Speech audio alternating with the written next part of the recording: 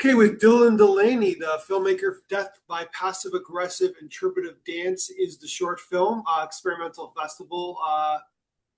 You live in Ireland. Obviously, we saw it in the film as well, right? Oh yeah. Great mountain. Yep. Let's start with that. Where's that mountain that you shot at the first scene? Oh yeah, the mountain it's called the Sugarloaf in County Wicklow. So if you're ever traveling up from the south to Dublin, you can just see it from the edge of the road. So yeah, we had a fun day climbing the mountain. I'd actually hadn't climbed it prior to making the film, and it always looks like quite an easy slope to climb, but then once you're on it with the jagged rock, you're like the vertigo sets in. Um, but yeah, the film is primarily shot in County Wicklow with a few scenes shot quite sneakily in some parks in Dublin. So what was the like? First of all, what is thematically? What are you trying to say in this film? Gosh, I mean, like I guess I was in some ways it's a bit mysterious to me. Like I never expected to make a dance film before. And in terms of the script writing process, it just flew out of me mysteriously, not knowing exactly where it came from. Um, but I suppose having a bit more distance now, because like I shot it a few years ago. I mean, I suppose there are themes of disillusionment and losing one's faith. So I don't know what the hell I was trying to process through that, but I mean, yeah, like I guess, yeah. I mean, I'm not sort of like a religious person or anything like that, but even though I did when I was a child, I made a vow to myself that when I grew up, I'd become a priest, but that failed very horribly. Yeah. Okay. So there's a lot of because there's a lot of religious undertones in the film, right? Where it's almost like you know, there's this fear. I guess we like there's certain religions where like it's a God fearing ideology, right? And it's almost like in this film where they have to do certain things or else they'll get punished. I guess, right? Yeah, yeah, yeah, yeah. Yeah. True, true. By interpretive dance, of course. Yeah. And you're using kind of as a metaphor, I guess, right? So what? But you know, Yeah. Go ahead. Go ahead. oh, but at the same time, like I wasn't trying to hammer people over with like a political message. I mean, at the end of the day, it's there mostly to entertain, and sure people can interpret what they will from the story. So it's nice having other people bring their own meaning to it as well, rather than saying like, well, this is the set definition of Yeah. what the film is. But tone wise, am I allowed to call it a little zany? Yeah, that would be very fair. Yeah, yeah. Like especially with the lollipop dance, right? Like on the trees, like that's a little zany, right? Yeah, yeah. I mean, like some people have told me that it's a bit, I mean, not that I was trying to, but that it's a bit Monty Yeah, Python-esque, I can especially see with that. some of the animations that we Yeah. had in there as well. But I guess kind of my main staple points anyway for inspiration when crafting the film was Michel Gondry music videos. Like, I mean, I consider him to be like the king of music video directing. Yeah. And then there's a friend introduced me to a movie called Pina about the German dance choreographer Pina Bausch, and it was directed by it's one of the very few non-genre films. When it was released in 3D. So yeah, but that kind of completely opened my mind, and that there's a completely different way of expressing an emotion through dance rather than it kind of because like the Pina Bausch's dancing is very contemporary rather than something that you might see like in a Broadway's type show. Um, so yeah, definitely opened me up to new creative possibilities. Gotcha. And so then tell me about your like your cast, like finding your cast and who could also dance. Are these people that you've known before the film? The lead actress Ellen Costa, I think we'd very briefly met before. Um, but yeah, obviously I needed someone who was like a trained dancer. And she comes from a long history of doing numerous shows, dance shows prior. So it was great to have someone of her caliber involved trying to interpret my mad dance ideas and then kind of translating them then with her experience because look I've never done uh any form of media with dance before. And then who else do we have involved? Isaac Casey, so he plays the dance master, the produce. He was a friend of the co-producer Lucy Jones, and then Eamon McLone, who plays the dance god or dance deity. I think he's probably been in two or three other of my films, so he's a very interesting character. He's a great look anyway, with the long beard and the long hair. I was going to ask, So we had a is fun that time. his beard, or did you? That's it. That's his beard. That's his actual beard. I mean, all we did was that we painted him in gold, and then gave him like a jewel third eye. Yeah. So we had a fun time trying to get that off in the shower. Well, actually, though, because we were quite pressed for time when we were filming his scene.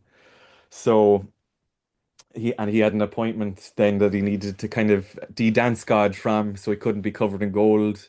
So we all had to bath him almost in getting him out of his gold paint. So yeah, that was fun. The things you do for your art. Well, she's fantastic. I think you mentioned even in your synopsis, there is a 2 minute kind of one shot sequence, right? In the middle of the Yes, film, yes, which could be a short film in itself, but she's fantastic in it. yeah. There's so much movement on her part and so much like that's a hard thing to pull off. Who choreographed that? Myself, Ellen, and then Lucy Jones, the producer. So yeah, group effort. And then like I drew out just the movements that I wanted to do. And then obviously we had to do like quite a lot of rehearsal just for Yeah, everything to come together. Because if without any rehearsal, especially doing a moving one shot take, yeah, that can go very disastrously quite easily. So we did about, I think it was a 7 or 8 takes anyway. I think we only had one usable take, and we were quite pressurized for time being out in the wilderness of County Wicklow. So yeah, well, you also got a um, CGI shot in it too, right? Like you have like a effects shot in the shot as well, right?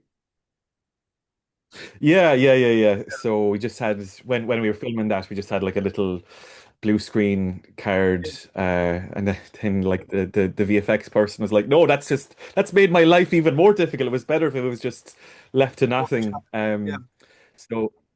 But we did that kind of through a mixture of styles, so like with 2D cutout illustration, which I did, and then it features the through the vision, the animation that you see. It's an actual real life deep sea fish called the red-lipped batfish, um, playing the melodica. I don't think they actually play the melodica deep down under the sea, but yeah.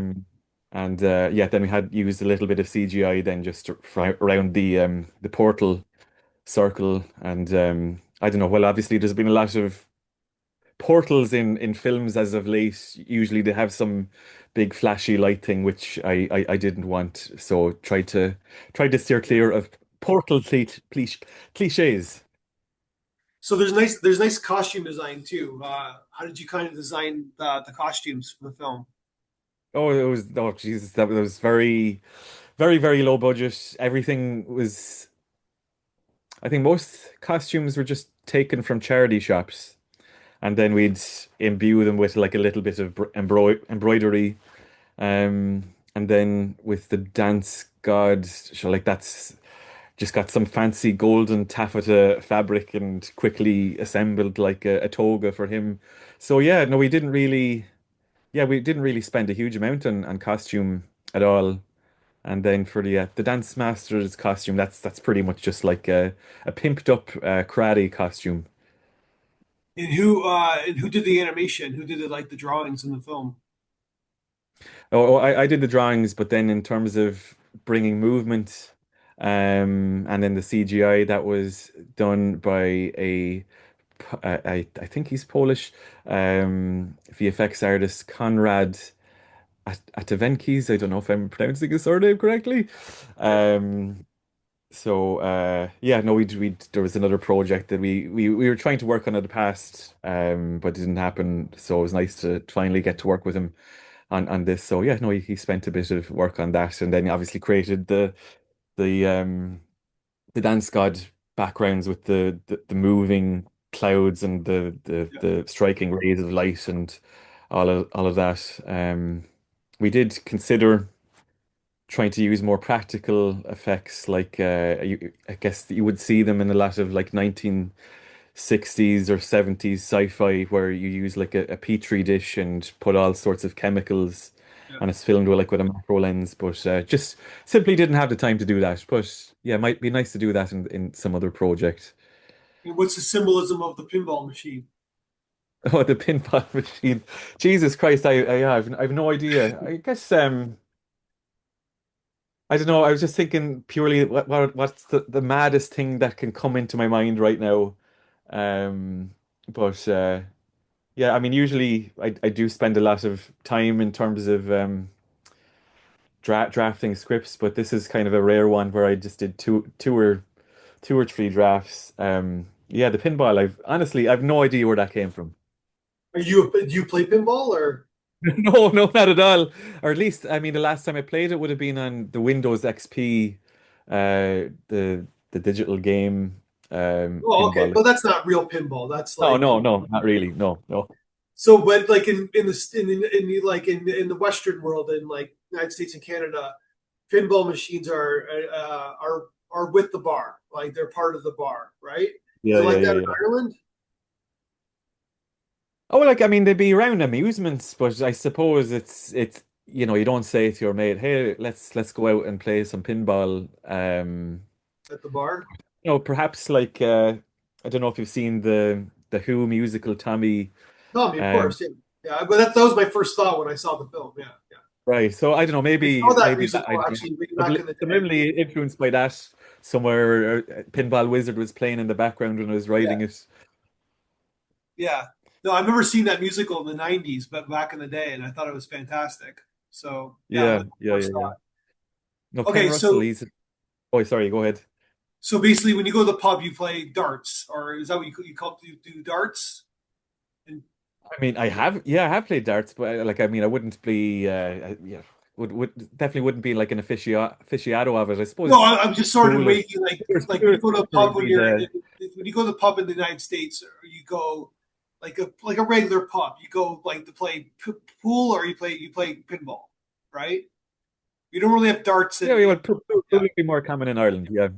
yeah. Okay, sorry, I just was No, curious. no worries. Yeah. And yeah, so then your DP, like there's a lot of going on in this film, right? Like obviously special effects, you got some animation, you got the what do you call it, the crazy old man? Like how did you do that effect? Um. Oh yeah, crazy old man, the dance god or the dance The deity. dance god. Sorry, I'm So calling yeah. him. It's dance god. Yeah, Oh yeah, no worries. yeah, But yeah, it was shot by a DOP called Garrett Stack, and yeah, he makes a lot of his own films as well, and sure helped him out with some of his movies, just doing a few designs. yeah, So and yeah, no, I kind of met him through a group in Ireland. Well, I think there's a Canadian equivalent. I don't know if you've heard of it, but Kino D, where you make it's like a 48-hour Yeah, filmmakers challenge. yeah. Um, but well, actually, that's how the project started. It was done through that group. So I did like so technically I made the film twice. So yeah, started out as a preliminary experiment Oh, through that, and yeah, I met Garrett through Kino D. But he wasn't filming like the first iteration of it. So that was done by a French DOP called Basile Huget. But like there is actually two or three shots anyway in the film that come from the very first experiment. So gotcha. Yeah, that makes sense. Like, but then did you guys like were you did you guys like prepare everything to the T? Like you said, especially the two shot. I guess you kind of choreographed everything, like in terms of like, did you storyboard things or did you just shot list it? oh yeah. So I think the whole film is pretty much storyboarded and shot listed, and obviously with the animation elements and Yeah, sure I definitely had to well anything with animation you have to storyboard to a T. Um, and yeah, we obviously had to kind of do a lot of rehearsal then for the one shot take. I suppose then just with the I guess with the dance god stuff, uh, I guess that was a little bit more experimental or trying to find it out on the fly. Even though, well, look, I mean, we just shot him in front of a big giant green screen, not knowing quite at the time what exactly the background would be. So we filmed that like in a very cramped room at the height of summer where we all kind of dying from heat. yeah. Um, So yeah, it's so great there you film. go. Like it's like it's so original. Like I'm sure you've been heard that before. Where like there's really nothing to compare it to, right? Yeah, well, I guess that's sort of well, thank you very much. But I guess hopefully, I sup I guess in terms of when it comes to marketing, people always try and want to put you into like a pigeonhole box. But I suppose as a creative, you do kind of want to try and defy categorization. But yeah, like I think in the process, I didn't quite see happening, but now that I've had a bit of a distance away from it, I'm like, holy shit, yeah, this is a good movie. Well done, me. Not to sound super arrogant, but yeah, I think this is actually probably I think it might be my favorite film that I have made so far. Just by how uncompromising and balls to the walls it is. I suppose a lot of my other stuff is. I mean, still mad, but slightly more grounded. But uh, I suppose it would be at some point. I'd love to do like a feature film version of the idea Oh, at some really? point. Cool. But Yeah, I can see that. So what are you working on uh, next then? What's next for you? as of the moment, so it's a short film based off a famous painting. So actually, well, yeah, it's just have it behind me there. Don't know if you can see with the light, but it's a yeah recreation of Henry Fuseli's painting the Nightmare. So it's kind of like a David Lynchian panic attack anyway. The experience Yeah. of watching it. So just trying to kind of get the funds together for that. We've done some special effects tests for it already. So obviously the film features like a an incubus demon. Um, so we've been working out the makeup and trying to make the demon move in very unhuman and unnatural ways. Uh, so yeah, no, I think that's coming together pretty well. So I'm very excited how that project will come to be. Um, so yeah, hoping to shoot it later in around like October time. So yeah, hopefully that'll all go well. Great. And so you like so this is your like you've been doing a lot of films and you're in like you're in Ireland and life is good, I guess. I mean, I could do it not being broke, but apart from that, yeah, it's not too bad. Well, you're born broke and you die broke, right? So right. Well, yeah, picked the wrong profession really to get me wealth together, or at least you have to be in what the top 3% of creatives. So I think it's the top 1%, but go. or top I one think percent, yeah. Oh yeah, gosh, okay. God, the world is really set against you. yeah. And Well, I was just gonna say the capitalistic pursuit is highly overrated. So well, that's those are words I can definitely live by for sure. yeah. Well, if you believe it, but I actually believe it. So basically, it's all crazy. It's all like it's all insane, right? So, but that's just my opinion. Well, I mean, John Lennon great musician, flawed human being, but he did have a great saying about like how the world is literally run by mad people. Um, so yeah, It seems that he died in 1980, but it seems to be getting worse and worse, like in the last 45 years. Right? So, yeah. It's just like when you think you've reached rock bottom, life always surprises you. It's like, no, no, we can go even further than that in terms of like world events. So yeah, we're definitely living in the wrong timeline. But hopefully the people in the far off parallel universe to ours they're living it somewhat easy. Um, but yeah, may we live in interesting times. Or I mean, maybe I think. we're the ones who have it really easy, and then the parallel universe has it a lot worse, right? So you never know, right? It's all about Well, perspective. yeah, that Yeah, yeah, that I mean, sure, look, infinite possibilities out there. If the parallel universe theory is something to be believed, but I don't know. I'm kind of more of the opinion that we are currently living in some sort of weird dystopia. yeah. Um, But look at us, but though, sure, right? I'm in Toronto, you're in Ireland, and we're talking about a film that you made, right? That's kind of amazing. So that is amazing. Yeah, like we're like thousands of miles away from each other. It's easy to take it for granted. We're yeah, making movies, so well, I yeah. assume you're a filmmaker yourself. Back in the day, yeah, yeah. But I serve this. This is my serving utensil right now. So yeah, yeah, Right, right, right, right. And then, so sorry, the festival that then happens, like, just yeah. I mean, I just Well, obviously we can saw talk the about that after the description on film. podcast. We can just Oh wrap yeah, up yeah. and Sorry, sorry. appreciate it. And let's talk when you can make your next film. When am I? Well, So let's talk shooting again when you make the your next Nightmare. film. Yeah, Oh yeah, yeah. Sorry, yeah, of course. Sorry, bad reception. no Yeah, problem. yeah. I'd love to, love to.